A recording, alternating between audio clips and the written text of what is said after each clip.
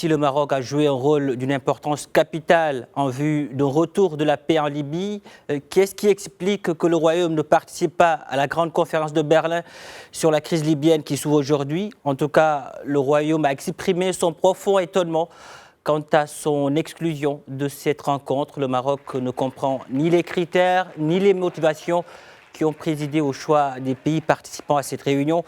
Dans un communiqué, la diplomatie marocaine précise que le Royaume a joué un rôle décisif dans la conclusion des accords de Sikhirat, qui sont à ce jour le seul cadre politique appuyé par le Conseil de sécurité et accepté par tous les protagonistes libyens en vue de la résolution de la crise qui fracture le pays. Pour Charles Saint-Pro, il est inadmissible qu'un pays comme le Maroc ne soit pas convié à la table des négociations. Le directeur de l'Observatoire d'études géopolitiques de Paris, que je vous propose d'écouter.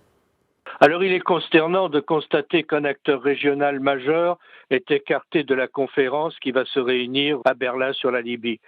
Cela est d'autant plus consternant que le Maroc a joué le rôle important que l'on sait pour réunir la conférence de Skhirat.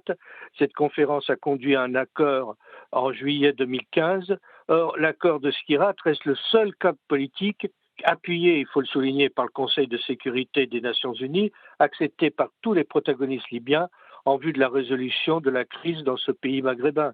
Donc le mystère plane sur les critères, les motivations qui ont présidé au choix des pays participants à cette réunion. D'ailleurs, en l'origine, on ne savait même pas si les parties libyennes allaient venir. Et surtout que sont invités des pays qui n'ont jamais joué de rôle positif pour mettre fin à la crise, notamment l'Algérie qui est en pleine déconfiture. Alors il semble que Berlin a voulu faire une gracieuseté au régime algérien, Tout cela semble peu sérieux, mais il est vrai que la diplomatie allemande ne brille jamais par son savoir-faire et sa finesse. En tous les cas, ce qui est consternant aussi, c'est que le jeu passe entre les mains de puissances extérieures à la région, à part l'Égypte. Tenue sous l'égide des Nations Unies, la conférence va réunir les principaux pays impliqués militairement, diplomatiquement dans le conflit.